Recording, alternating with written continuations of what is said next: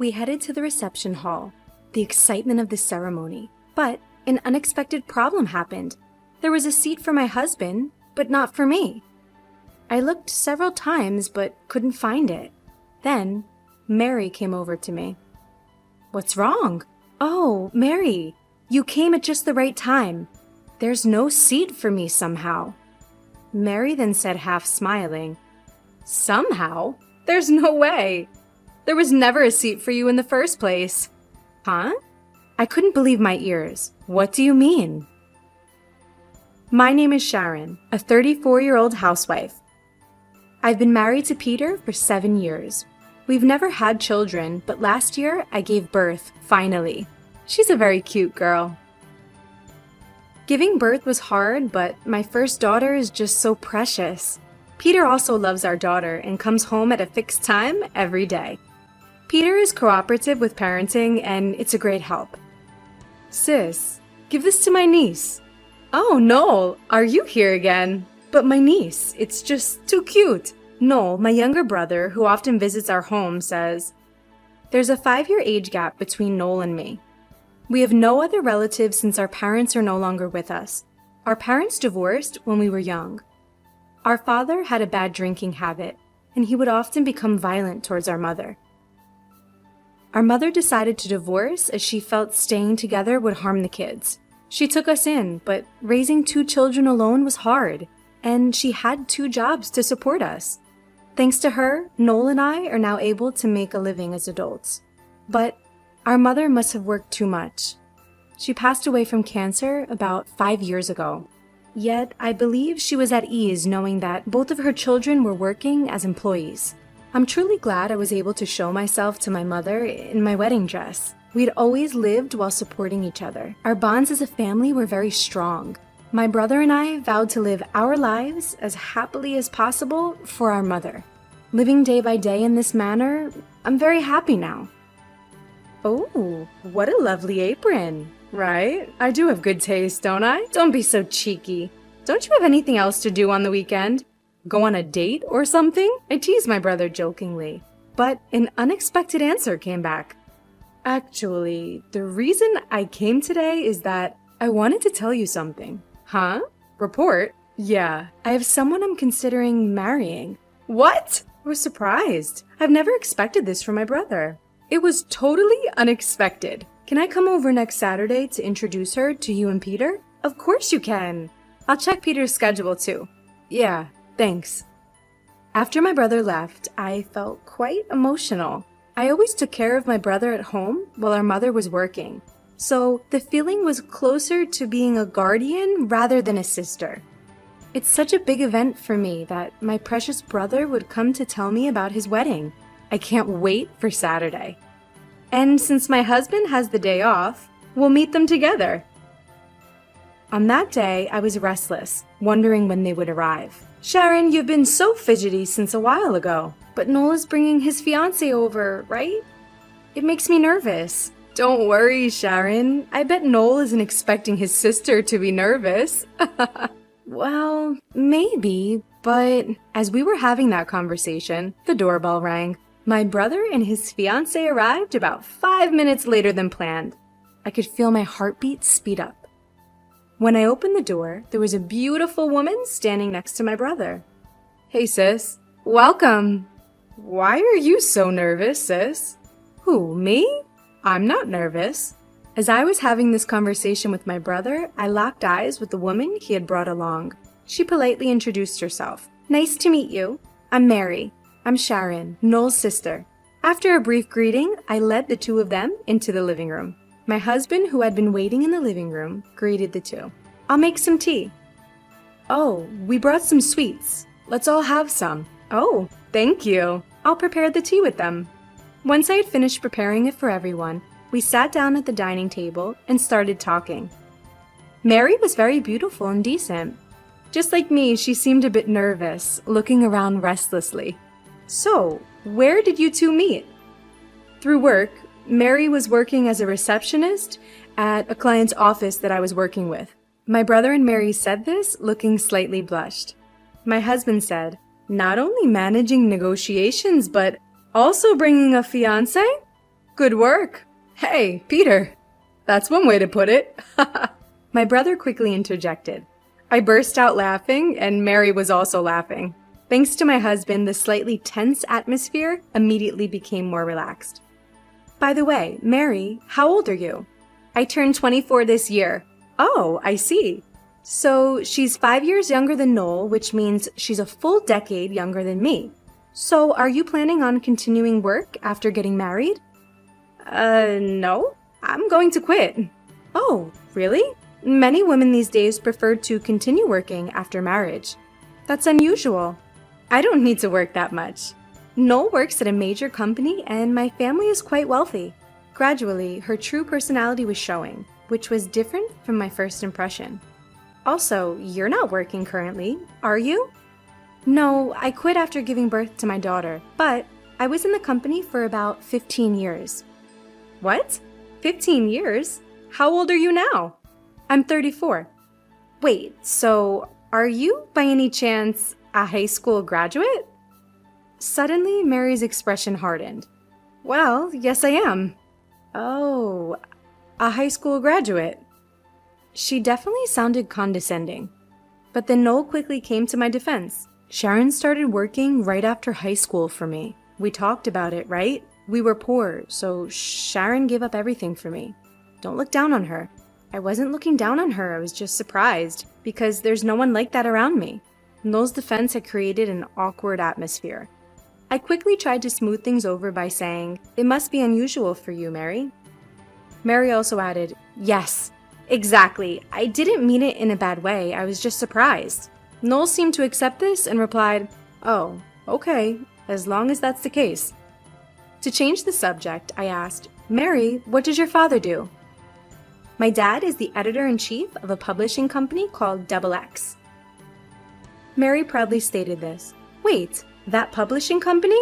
I noticed something, but I didn't want to bring it up and cause another weird reaction from Mary, so I decided not to mention it for now. Mary seems to take pride in the fact that her father earns a good income, and she brags about it. When talking about her father or her home, she looks really happy, even smug. I even thought that her nose had grown a few inches longer than when she first arrived at our house. Anyway, that's how the meeting to announce my brother's engagement ended. After seeing off Noel and Mary, I immediately slumped onto the sofa. Phew, I'm exhausted. You did well. I'll make some coffee. My husband said this as he comforted our daughter in his arms. Thank you. But I wonder if Noel's going to be okay. He said this as he moved our daughter to the crib. Huh? Because Mary seems difficult and she was mocking you. I hope they're okay. Well, Noel did quickly point that out, so maybe that part will be okay. Although I said that, I was also a little worried. Noel and Mary had grown up in very different environments, so their values must be quite different. No matter how successful Noel is, the different background could cause misunderstandings. But it's Noel's life, so he's the one who needs to make all the decisions. As his sister, all I can do is watch over him. After several months had passed, Noel and Mary came to visit our house. What brings you here all of a sudden? We wanted to give this to you today. What? What Noel handed over was an invitation to their wedding. Wow! You're finally holding the ceremony! We really want you to come. Of course, I'll be there. It's my dear brother's big day after all. As I was getting excited, Mary interjected. But you don't have any relatives to rely on, and you can't bring your baby to the wedding, can you? She could be worried, but from Mary's tone clearly implying, "Are you really coming?" Oh, don't worry about it. We'll leave her with my mother-in-law. When I said that, Mary seemed disappointed and murmured, "Is that so?" What's up, Mary? You seem down. Noel noticed. Mary suddenly changed her impression. Do I? I'm just tired. With a forced laugh. Yeah, it's been a rush trying to get everything done because our schedules didn't match. To ease their burden, I suggested, why don't you head home and rest? Thanks for the invitation. To be honest, I didn't want to spend more time with Mary, who clearly disliked me. But she's the woman Noel chose. So I refrained from voicing my objections about their marriage. When the day of the wedding arrived, My husband and I went to the venue. Noel looked so handsome walking with Mary. As I've always cared for him like a mother, I was moved to tears.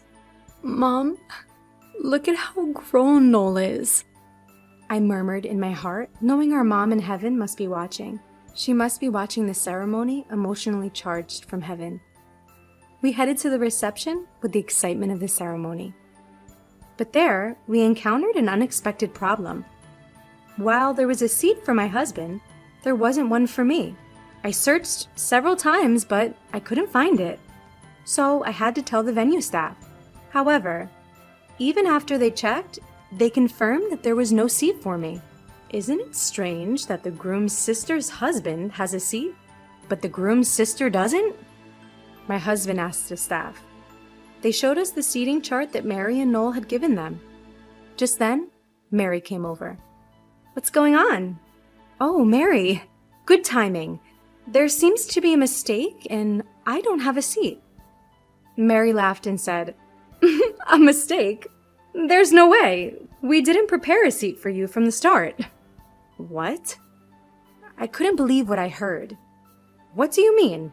When I asked this, Mary's expression turned evil. "When Noel is with you, he doesn't care about me, and he's spending all his money on his niece." "Can't be. Noel buys things for our daughter, but they aren't expensive, and occasionally. That's not the point. Anyway, my happiness is diminished by you. Please leave." With that, Mary glared at me disdainfully. What a terrible woman she is. Is it possible for someone to act this horribly based on misunderstandings? I hate the fact that my dear brother is marrying a woman like this. Suddenly, a man rushed towards us, exclaiming, Hey, Mary, what are you doing?" "Huh? Dad, why are you so panicked?" It was Mary's father. He also had connections with me. "You didn't say something rude to this lady, did you?" "Huh? This lady? She's the annoying old hag interfering with my happy marriage."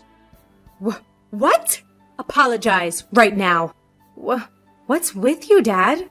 I had enough of their arguing, so I turned to Mary's father and bluntly stated my intentions. "Editor-in-Chief, I want to conclude my column with this week's issue.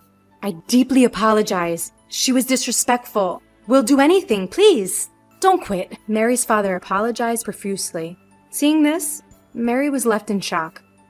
I was into beauty after successfully losing weight, and I've been writing about it on social media. Recently, I shared about post-maternity self-care that you can do at home. This made me popular. I make a decent income. I've been writing an article on a magazine which he works for as a chief editor. Thankfully, the magazine's sales had increased, thanks to me, and I had been continuously writing. I had no idea that Sharon's younger brother was my daughter's fiancé. "Oh, you didn't come to the family gathering, did you? You said there was no need for just a sister." I deeply apologize. If I had known it was you, Sharon. You don't realize that your words only emphasize your bad character, do you? Silenced by my words, Mary's father could only stand there, dumbstruck. Anyway, I'd like to formally discuss my column with your company later.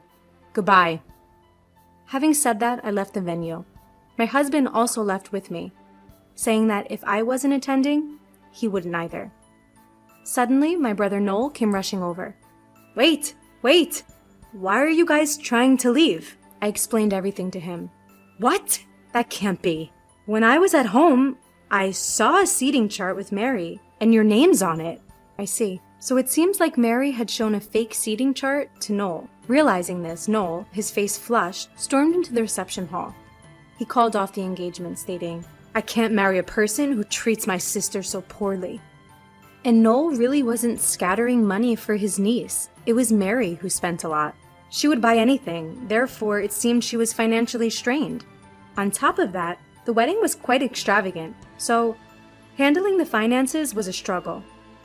Being blamed for spending money on his niece wasn't a pleasant situation at all. After all, wasn't all of this Mary's fault? Noel explained to the attendees that it would be just a regular dinner, and then he left. Later, there were issues regarding the wedding costs, but I cooperated with Noel to resolve them.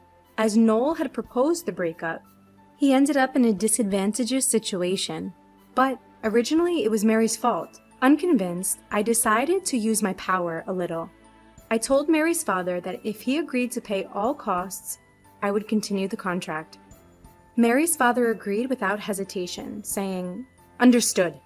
Mary seemed unconvinced, but her father snapped, "It's all because of you," and forcibly made her accept it. This way, Noel was able to break up with Mary without any loss or a negative mark against him. Meanwhile, I continued the contract as promised. However, I did report this incident to the publisher. After that, Mary's father was transferred to a different department and no longer as editor-in-chief. Mary was disowned by her father, saying, "It's all your fault," and was forced out of the house. She had no access to money, but still she couldn't shake off her previous spending habits. She's likely to ruin herself, but it's none of my business, and she brought this on herself. Even Noel said, "Next time, I'll find someone who values you as my sister." I told him, "Just find someone who doesn't treat people poorly." Noel laughed. True. Mary was just abnormal while he was comforting his niece. I'm glad that the problem was resolved safely. I hope Noel finds a good person next time. Wishing for Noel's happiness, I'll continue to work hard for my husband and daughter at home.